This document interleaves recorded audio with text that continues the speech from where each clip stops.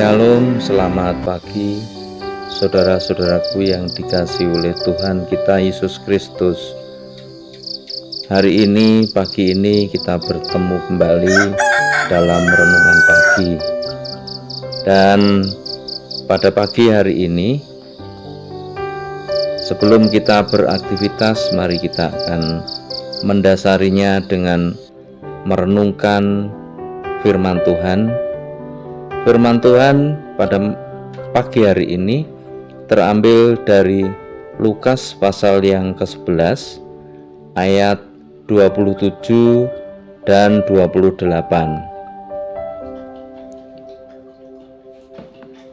Judulnya adalah Siapa yang berbahagia. Ayat 27, ketika Yesus masih berbicara, berserulah seorang perempuan dari antara orang banyak dan berkata kepadanya, "Berbahagialah ibu yang telah mengandung engkau dan susu yang telah menyusui engkau." Ayat 28, tetapi ia berkata, "Yang berbahagia ialah mereka yang mendengarkan firman Allah dan yang memeliharanya." Demikian pemberitaan firman Tuhan. Tetapi sebelumnya mari kita berdoa terlebih dahulu. Bapa kami yang di surga, kami mengucap syukur atas penyertaan Tuhan sehingga pagi hari ini kami bisa menghirup udara segar ketika kami akan mengawali kehidupan kami sepanjang hari ini. Kami akan merenungkan firman Tuhan, kiranya apa yang menjadi pesan dari firman Tuhan ini akan memberi kekuatan kami di sepanjang hari ini. Kami menyerahkan waktu kami ini sepenuhnya, kiranya Tuhan memberkati kami semua. Di dalam nama Tuhan Yesus Kristus kami sudah berdoa dan mengucap syukur. Amin. Saudara yang dikasihi oleh Tuhan kita Yesus Kristus, kebahagiaan seseorang bukan hanya terletak pada seberapa besar harta yang dimiliki, setinggi apa jabatan yang dia raih, atau kemewahan-kemewahan yang menyertai di dalam kehidupannya. Tetapi justru ketika kita memiliki hati dan jiwa yang dekat dengan Tuhan, inilah salah satu cara membangun hubungan dengan Tuhan, yaitu memberi diri untuk mendengar dan memelihara firman Tuhan. Pada ayat yang kita baca ini, pengajaran tentang kebahagiaan adalah ketika seseorang mendengarkan dan memelihara firman Tuhan. Jelas sudut pandangnya sangat berbeda dengan ketika seseorang bisa merasakan kebahagiaan karena mempunyai banyak hal di dalam kehidupannya. Karena ketika apa yang dia miliki, sebagai contoh ketika dia memiliki harta yang banyak, maka dia akan merasa berbahagia. Tetapi cobalah ketika harta itu habis, apakah dia masih merasakan kebahagiaan itu? Atau ketika dia memiliki jabatan dan jabatan itu tiba-tiba hilang karena satu dan lain hal, apakah orang itu masih tetap memiliki kebahagiaan? Ataukah juga sebuah kemewahan yang dia lewati hari demi hari dan ternyata kemewahan itu lenyap dan dia merasakan bahwa semuanya berakhir. Jadi harta, jabatan atau tahta atau kemewahan itu sifatnya semu atau sementara.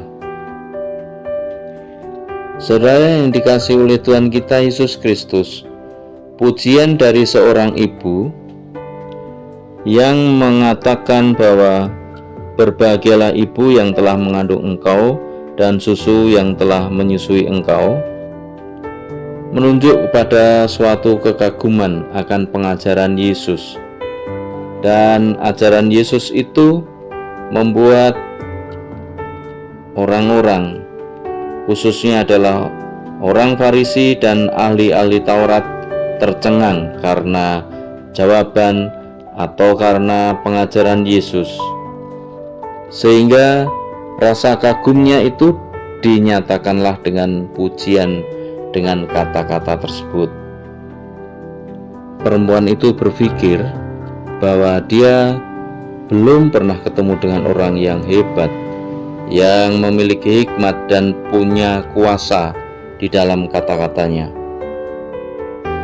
Ada rasa hormat dan penghargaan yang tinggi terhadap Yesus dan pengajarannya. Nah, ketika Yesus mendengar pujian itu, memang Yesus tidak menyangkal, dia tidak menolak, tetapi Yesus juga tidak mengiyakan. Maksudnya adalah Yesus mau mengarahkan pemahaman perempuan dan orang-orang itu yang ada di situ, bahwa kebahagiaan tidak hanya diukur dari kepandaian, dari kecakapan atau prestasi, tetapi ada yang lebih penting, yaitu kebahagiaan dalam hal batin. Artinya bahwa roh itulah yang merasakan bagaimana kebahagiaan itu terukur di dalam kehidupan seseorang. Nah, saudara, memang ketika kita melihat dari Lukas pasal 1 ayat yang ke-48 bagian B, itu adalah bagian dari puji-pujian yang dinaikkan oleh Maria. Dan katanya begini, sesungguhnya mulai dari sekarang segala keturunan akan menyebut aku berbahagia. Kalimat itu menunjuk kepada betapa berbahagianya Maria ini ketika dia mengandung, karena anak yang dikandungnya adalah Yesus.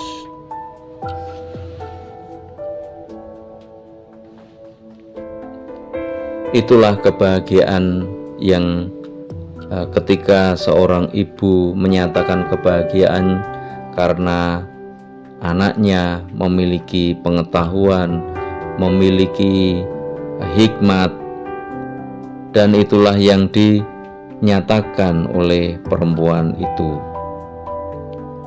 Kata berbahagia ini, kalau dilihat dari terjemahan Jawa, dikatakan sebagai bejo. Bejo berarti beruntung. Jadi kita bisa membayangkan ketika tiba-tiba ketika saat kita berjalan-jalan, kita nemu uang, sesuatu yang tidak pernah kita pikirkan, bahwa ketika kita melakukan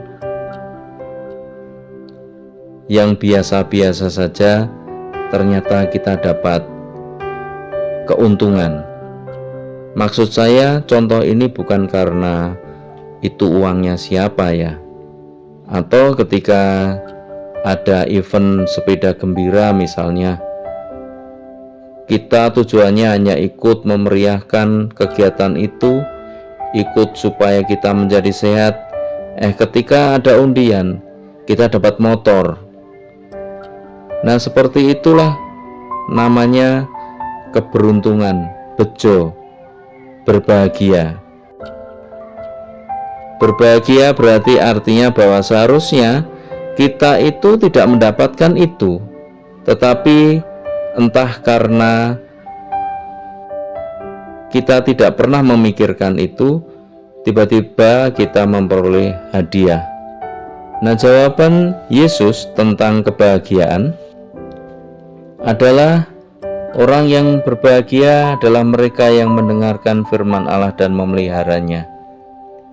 Jadi kita itu setia di dalam mendengarkan firman Tuhan, kita itu memelihara firman Tuhan itu di dalam kehidupan kita, dan kita ternyata ketika mendengar, ketika kita memelihara ini, ternyata kita memperoleh kebahagiaan itu.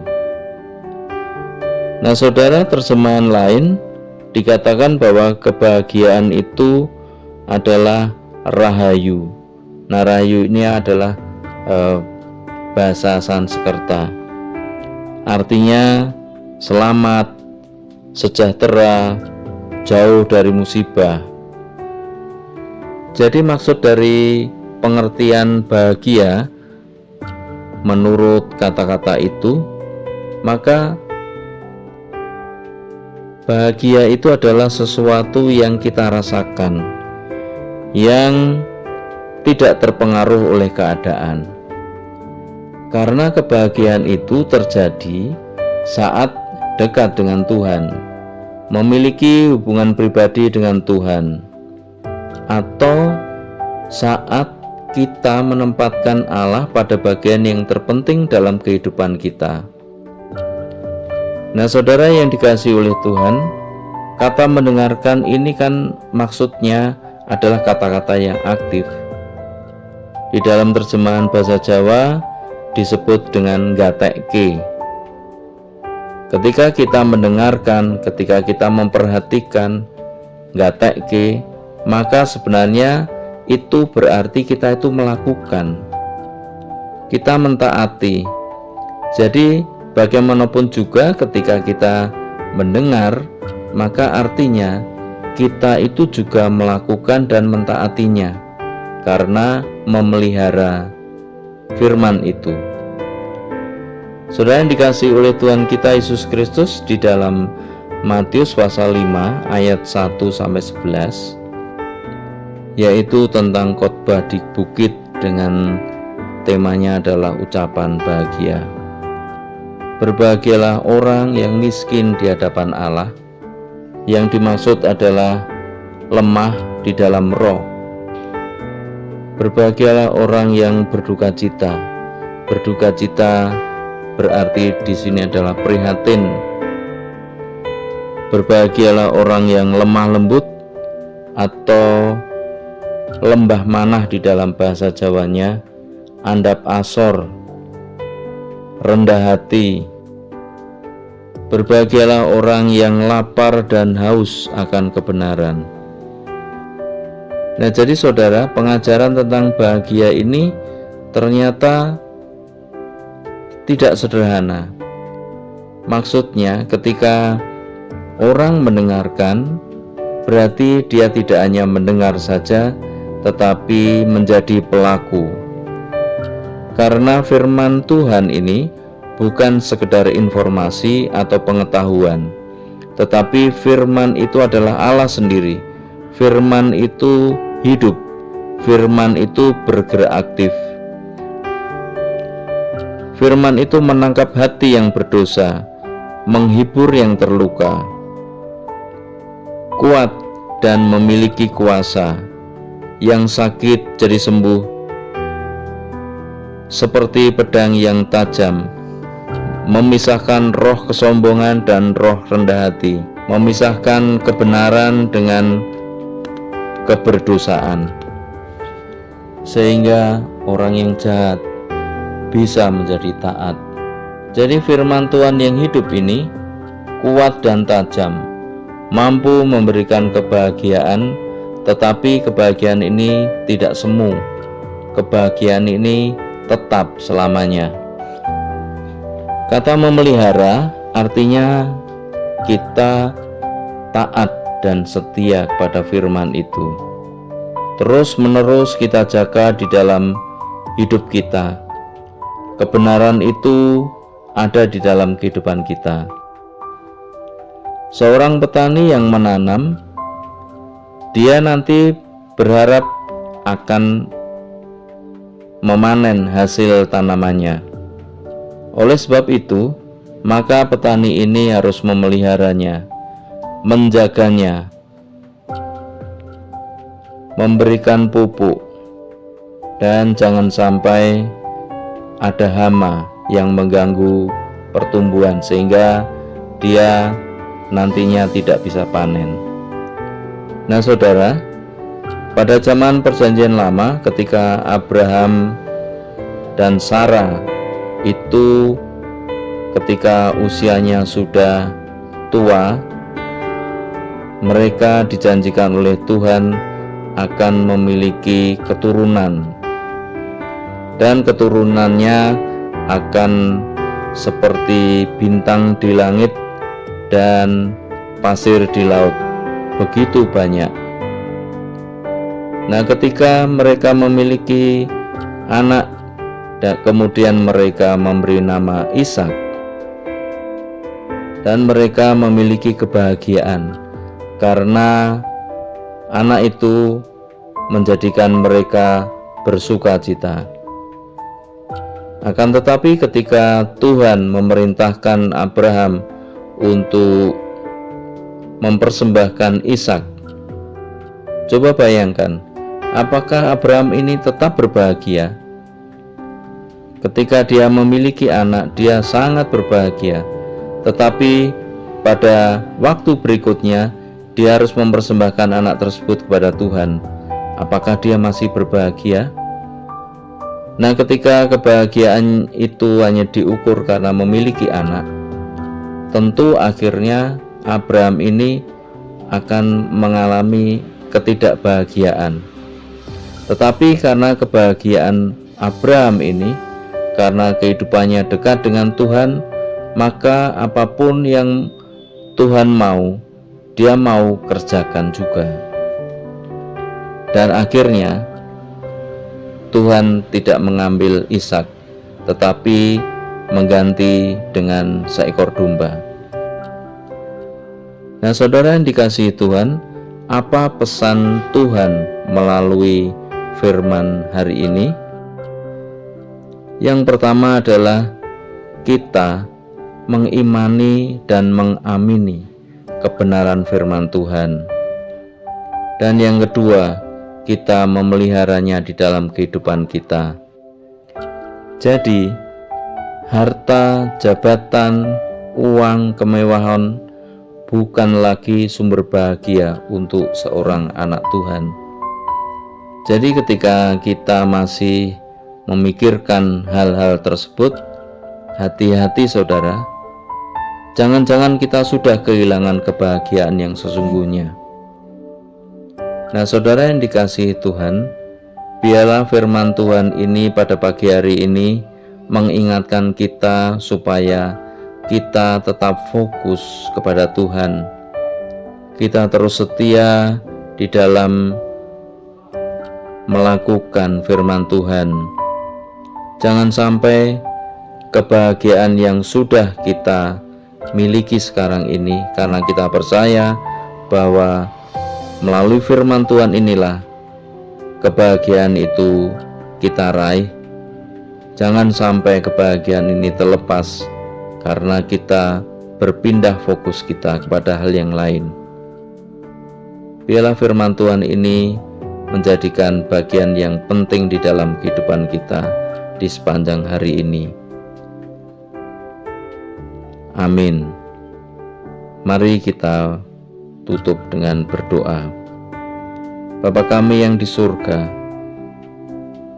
terima kasih atas firman Tuhan pada pagi hari ini yang mengajarkan supaya kami menjadi orang yang berbahagia, bukan seperti apa yang kami lihat secara dunia, tetapi biarlah kebahagiaan ini kami rasakan ketika kami menggumuli kebenaran firman Tuhan. Kami menyerahkan ya Tuhan kehidupan kami, supaya kebenaran itu nyata di dalam kehidupan kami, dan kami menjadi orang-orang yang berbahagia. Terima kasih ya Tuhan, kami mau serahkan doa permohonan kami ini hanya di dalam nama Tuhan kami, Yesus Kristus. Amin. Sebelum ada.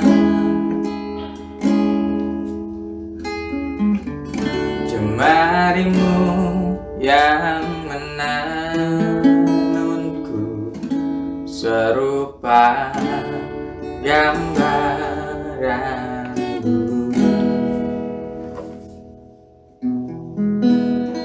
Sebelum ku mengenal, ku buang hidupku,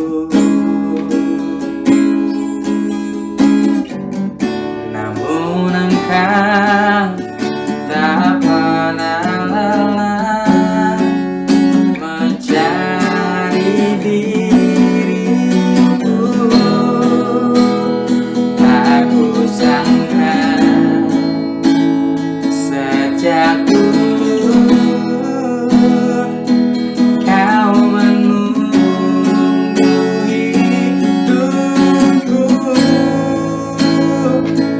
Di altarmu ku sadari selama ini Kau menanti. Ku akui semua dosaku, ku lepas kehendakku, biar seluruh nafasku memuliakanmu. Yesus Tuhan, Kau Rajaku.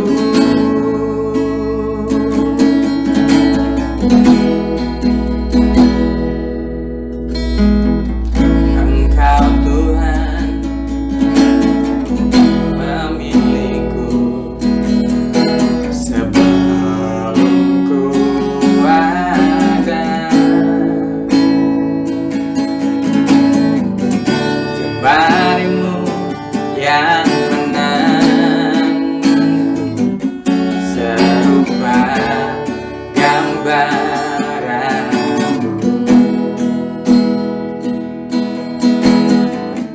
Sebelum ku mengenalmu, ku buang hidupku, namun Engkau tak pernah lelah mencari diriku. Aku sangka sejak dulu Kau menunggu hidupku. Di altarmu ku sadari selama ini Kau menanti. Ku akui semua dosaku, ku lepas kehendakku, biar seluruh nafasku memuliakanmu. Yesus Tuhan, Kau Rajaku. Biar seluruh nafasku memuliakanmu. Yesus Tuhan, Kau Rajaku.